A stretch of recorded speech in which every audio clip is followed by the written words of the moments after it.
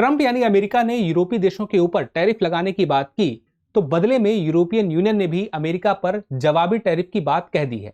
और इससे याद आता है न्यूटन का गति का तीसरा नियम कि हर क्रिया के बराबर और विपरीत प्रतिक्रिया होती है, यानी कि हर एक्शन का एक रिएक्शन होता है जो उसके बराबर ही होता है। तो आखिर यह टैरिफ के बदले टैरिफ क्यों लगाया जा रहा है? ये ट्रेड वॉर नई क्यों छिड़ गई है? क्या इसका संबंध ग्रीनलैंड से है? और ग्रीनलैंड का मुद्दा इतना बड़ा लगातार क्यों होते जा रहा है? और इसके साथ ही कि अब इसका असर क्या पड़ेगा अगर ये जवाबी टैरिफ यूरोपियन यूनियन ने अमेरिका पर लगा दिया। चलिए सारी बातों को जानते हैं। नमस्कार साथियों, मैं हूं केवल आपके सामने और आप देख रहे हैं दृष्टि आईएएस का करंट न्यूज। और सबसे पहले यहीं से शुरुआत करते हैं कि ट्रंप ने क्या कहा। ट्रंप ने कहा कि हम 1 फरवरी से 8 यूरोपीय और नाटो देशों से आने वाले सामान पर 10% टैरिफ उन पर वसूलेंगे, यानी कि इन देशों से जो सामान अमेरिका आएगा। और 1 जून से, क्यों? क्योंकि ग्रीनलैंड पर आप हमारे साथ डील नहीं कर रहे हैं, एक समझौता नहीं कर रहे हैं जिससे कि यह तय हो सके कि ग्रीनलैंड को कैसे अमेरिका हासिल करेगा, जो कि डेनमार्क का हिस्सा है। और 1 फरवरी के बाद मौका रहेगा जून स्टार्टिंग तक का, तब भी बात नहीं बनती है तो 1 जून से हम समझौता ना होने की स्थिति में 25% टैरिफ लगा देंगे इन देशों पर। तो सारे यूरोपियन यूनियन के देश इकट्ठे हो गए और उन्होंने इस बारे में प्रतिक्रिया दी है।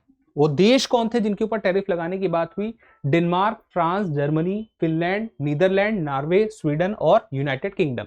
और जिस ग्रीनलैंड को लेकर के मुद्दा छिड़ा हुआ है वो डेनमार्क का हिस्सा है।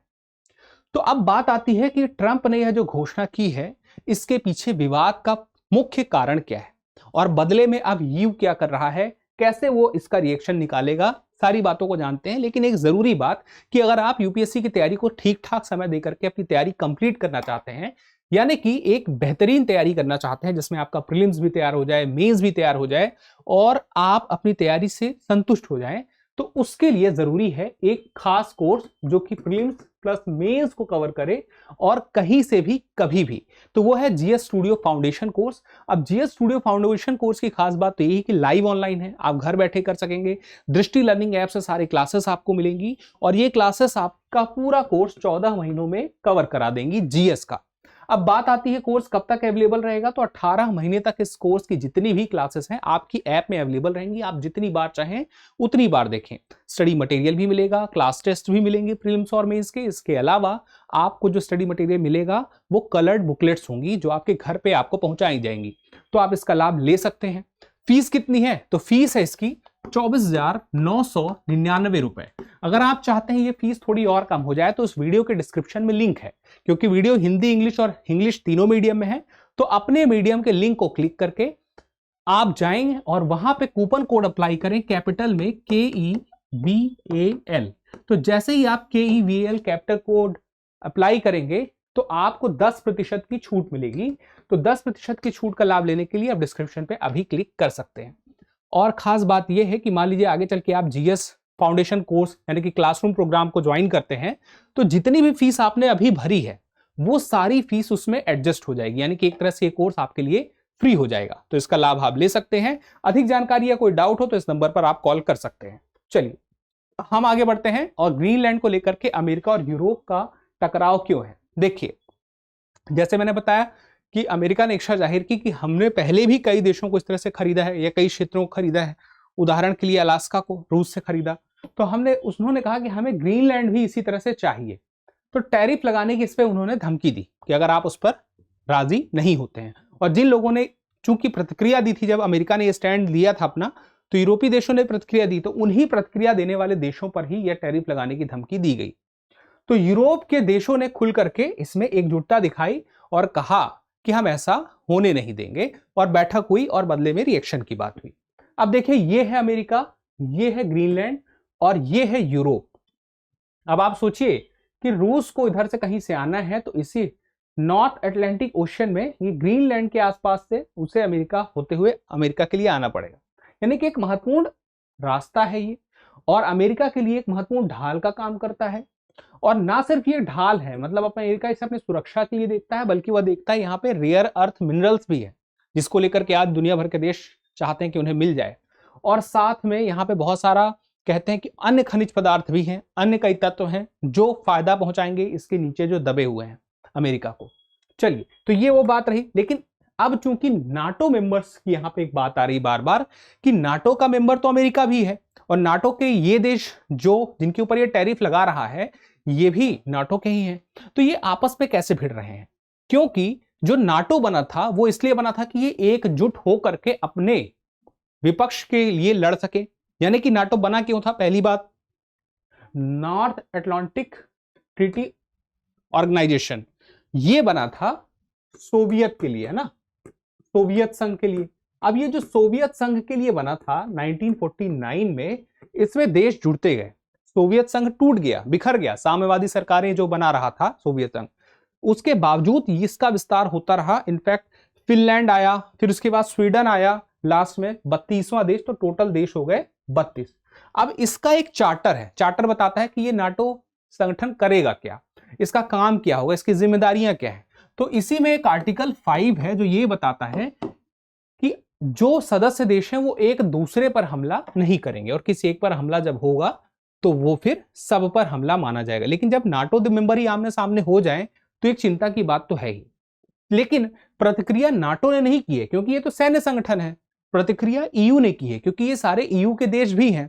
तो यूरोपियन यूनियन की तरफ से यह प्रतिक्रिया आई है। तो यूरोपियन यूनियन का मतलब क्या हो गया कि 1993 में एक संधि हुई थी जिसका नाम था मॉस्ट्रिच संधि, और इस मॉस्ट्रिच संधि के माध्यम से यूरोपियन यूनियन बना और इसी से फिर इस पूरे यूरोपियन यूनियन में देशों की संख्या कितनी है? 27 है। पहले ब्रिटेन भी था इसका हिस्सा, लेकिन ब्रिटेन ने अपने आप को 2020 में अलग कर लिया, ब्रेग्जिट हो गया, तो 28 से हो गया 27। तो ये अपने आप एक एकल मार्केट है और दुनिया के सबसे बड़े सिंगल मार्केट में ये एक है क्योंकि यहाँ की मुद्रा एक ही है, यूरो है, और इसके अंदर जो भी सामान है या सेवाएं हैं एक जगह से, एक देश से दूसरे देश आपस में जा सकती हैं बिना किसी रोक टोक के।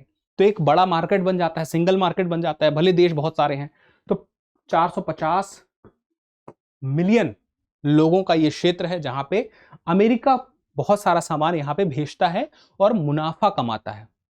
तो अगर इतना फायदा अमेरिका का है इस मार्केट में, तो यूरोपियन यूनियन ने क्या किया कि देखिए आप हम पे टैरिफ लगाते हो कि हम आपके यहां कोई सामान लेके जाएंगे, हालांकि कुछ ही देशों के लिए कहा, लेकिन सब एकजुट हुए, कहा कि आप के यहां हम सामान लेके जाएंगे, आप टैरिफ लगाएंगे।